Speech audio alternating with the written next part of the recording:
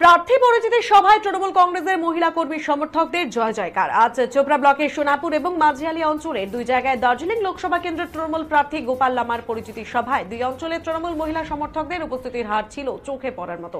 দুই অঞ্চলে তৃণমূল নেতৃত্বদের পক্ষ থেকে মুখ্যমন্ত্রী মমতা বন্দ্যোপাধ্যায়, মহিলাদের কন্যাশ্রী, রূপশ্রী, লক্ষ্মীর ভান্ডারের মতো একাধিক প্রকল্পের বিষয় নিয়ে বক্তব্য রাখেন সকলেই।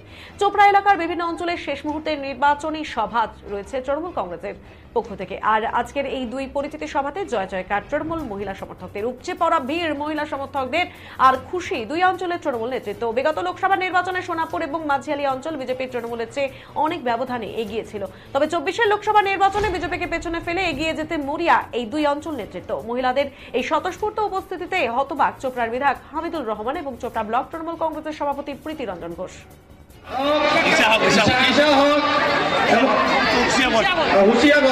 এবং আমরা বিজেপির নেতৃত্ব ছিলেন, আজকে বিজেপি ছেড়ে বলছি দাদা,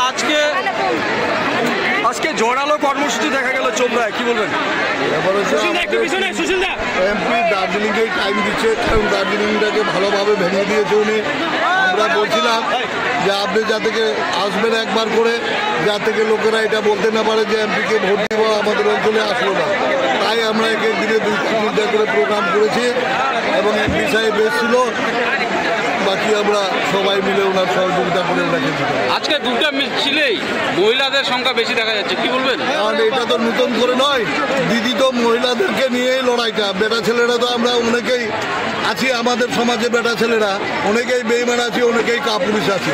দিদি ভালোভাবে ধরেছে, মেয়েরা আছে সত্যিকারে, ওরা লড়াই করলে মরতেও ডরাবে না, মারতেও ডরাবে না, সঠিক কথা বলবে, সঠিক কাজ করবে। তাই ওনাদের লক্ষ্মীর ভাণ্ডার আর অন্যান্য বিভিন্ন বাচ্চাদের লেখাপড়া থেকে মেয়েদের রূপশ্রী নিয়ে শ্রমিক ভাই বন্ধুদের চা সুন্দরী থেকে এইগুলো প্রকল্প উনি গরিব লোকদের জন্য দিয়েছেন। এবং সব মা বোনেরা যেমন সংসার সামলায়, সেই ধরনের আমাদের পার্টিটাকে সামলাবার জন্য দিদি যেমন পশ্চিমবাংলায় নামে পড়েছে, আমাদের মেয়েরা গ্রামে অঞ্চলে নামে পড়েছে এবার যোগ্য জবাব দেওয়ার জন্য। তবে কি মহিলাদের বলা হয় বাড়ির লক্ষ্মী, বাড়ির কি বিজেপিকে তাড়াবে, ঝাঁটাপেটা করবে? ওদের লক্ষ্মী ছাড়া হয়ে গেছে, ওরা ঝাঁটাপিটা কি করবে? লক্ষ্মী এখন বামাটি মানুষের সরকারের দিকে সব লক্ষ্মী যোগদান করেছে, এবার আমাদের দেখার পালা রয়েছে। হ্যাঁ, বাম কংগ্রেসকে বলছি যে কংগ্রেস যদি ভোটটা কাটে তো বিজেপির সুবিধা হবে। আজকে বিজেপি যারা করছে তারা 1 টাকার কোনো উপকার পায়নি, 25 বছর ধরে বিজেপির এমপি জিতে আছে। কংগ্রেসও জিততে পারবে না, জোট করেছে সিপিএম সহ, তো ফালতু ভোটটা নষ্ট করে বিজেপির সুযোগ করে দিয়ে কিনা। আজকে মমতা ব্যানার্জি যা প্রকল্প দিয়েছে, বলক তো কোনটা বিজেপির লোক পায়নি, কোনটা কংগ্রেসের লোক পায়নি, কোনটা সিপিএমের লোক পায়নি। আজকে লক্ষ্মীর ভান্ডার থেকে, খাদ্য সাথী থেকে, শিক্ষা সাথী থেকে সব কিছুর দিক দিয়ে সুযোগ সুবিধা সবাইকেই দিয়েছে দিদি। কংগ্রেস সিপিএম বিজেপি দেখেনি।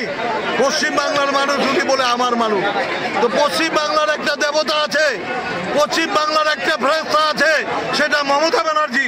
সেই ফেরেশতার আমরা ঋণ শোধ করার জন্য আহ্বান করছি সিপিএম, কংগ্রেস, বিজেপি সবাইকে। সবাই 2 হাত তুলে মমতা ব্যানার্জির প্রার্থীকে গোপাল লামাকে আমরা জোড়া ফুলে বিপুল ভোটে জিতাই পাঠাবো। কোনো বারেই বিজেপির প্রভাব ছিল না। জন্মলগ্ন থেকে বিজেপি কোনোদিন পঞ্চায়েত দখল করতে পারেনি।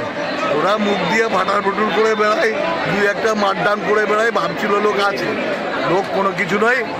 কারণ আজকে তো বিজেপি সিপিএম কংগ্রেস কোথাও দেখেছেন জনসভা করতে? পিটাই নিয়ে বেড়াচ্ছে কি আমরা টিএমসিরা? কারণ লোক মুখ ফিরাই নিয়েছে।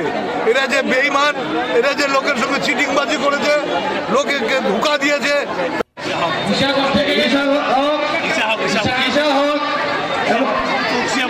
হুঁশিয়ার এবং